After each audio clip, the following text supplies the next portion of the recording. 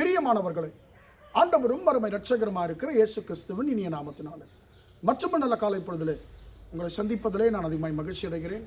இந்த நாள் முழுவதுமாக நீங்கள் செய்கிற எல்லா காரியத்திலேயும் கர்த்தருடைய கரம் உங்களோடு கூட இருந்து உங்களை நடத்துவதாக. அன்பார்ந்த பிள்ளைகளே, கர்த்தரை பெரிதான கிருபையினாலே நாம் இந்த வருஷத்தினுடைய கடைசி மாதத்திலே நாம் வந்திருக்கிறோம். இந்த டிசம்பர் மாதம் நமக்கு ஒரு மிகவும் மகிழ்ச்சியான ஒரு மாதம் என்பதை நாம் எல்லோருமே நாம் அறிந்திருக்கிறோம்.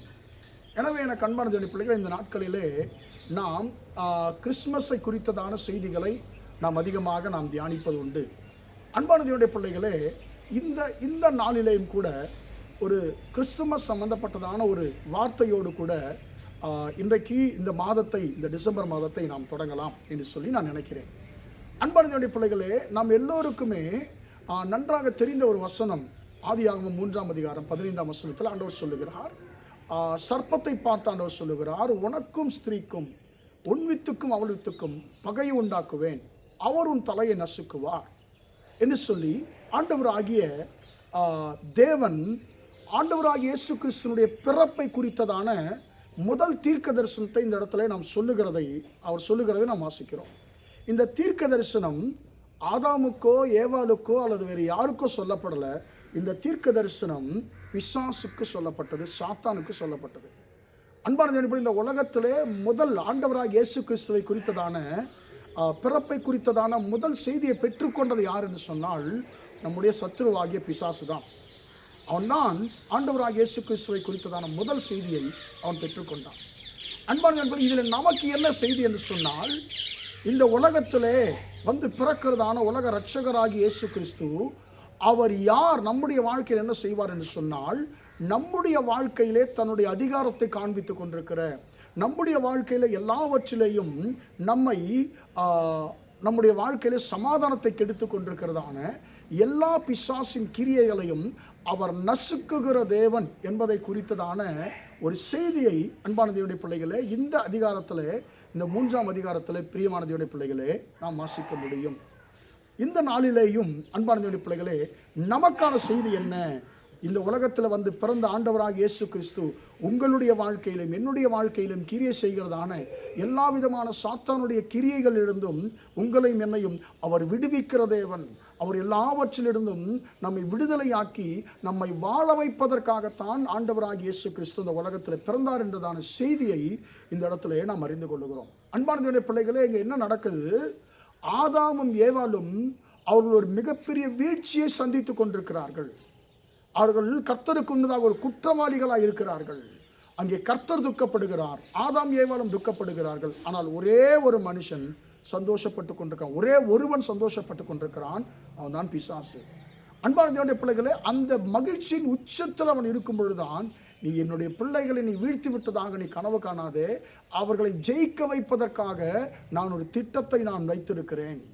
என்னுடைய குமாரன் அவர்களை உண்மையிலே ஜெயம் எடுக்கும்படியாக நான் இந்த உலகத்திற்கு நான் அனுப்புவேன் என்று சொல்லி அன்பான தேவனுடைய பிள்ளைகளே பிதாவாகிய தேவன் சொல்லுகிறதை நாம் அந்த இடத்துல நாம் வாசிக்கிறோம். அன்பான தேவனுடைய பிள்ளைகளே, ஆண்டவராகிய இயேசு எதற்காக இந்த உலகத்திற்கு வந்தார்? நீங்கள் எந்தெந்த விஷயத்திலே நீங்கள் தோற்று போயிருக்கிறீர்களோ அந்தந்த விஷயங்களிலே உங்களை ஜெயிக்க வைப்பதற்காகத்தான் ஆண்டவராகிய இயேசு பிறந்தார். ஆதாம் ஏவாள் தோற்று போனார்கள், ஒட்டுமொத்த மனுக்குலமும் தோற்று போனது, தேவ சாயலை தேவனுடைய ஐக்கியத்தை இழந்து போனது. அன்பான தேவனுடைய பிள்ளைகளே, எதை அவர்கள் இழந்து போனார்களோ, யாரிடத்தில் தோற்று போனார்களோ, மீண்டுமாக அவனை ஜெயிப்பதற்கு, அவனிடத்தில் இழந்ததை மீண்டுமாக பெற்று தன்னுடைய பிள்ளைகளுக்கு கொடுப்பதற்காகத்தான் ஆண்டவராகிய இயேசு இந்த உலகத்தில் மனிதனாய் வந்து பிறந்தார். அன்பான தேவனுடைய பிள்ளைகளே, நீங்கள் இந்த நாளிலே, இந்த டிசம்பர் மாதம் 1ஆம் தேதியிலே நீங்கள் எதையெல்லாம் இழந்திருக்கிறேன் என்று சொல்லி நீங்கள் சொல்லிக் கொண்டிருக்கிறீர்களோ, உங்கள் வாழ்க்கையிலே இழந்த எல்லாவற்றையும் உங்களுக்கு மீண்டுமாக திரும்ப கொடுப்பதற்காக ஆண்டவராகிய இயேசு இந்த உலகத்திலே வந்து பிறந்தார். மனிதன் கர்த்தரோடு கூட ஐக்கியத்தை இழந்து போனான். ஆண்டவராகிய இயேசு தன் சிலுவை மரணத்தின் மூலமாக அந்த ஐக்கியத்தை புதுப்பித்தார். மனுஷன் பரலோகத்தை இழந்து போனான்.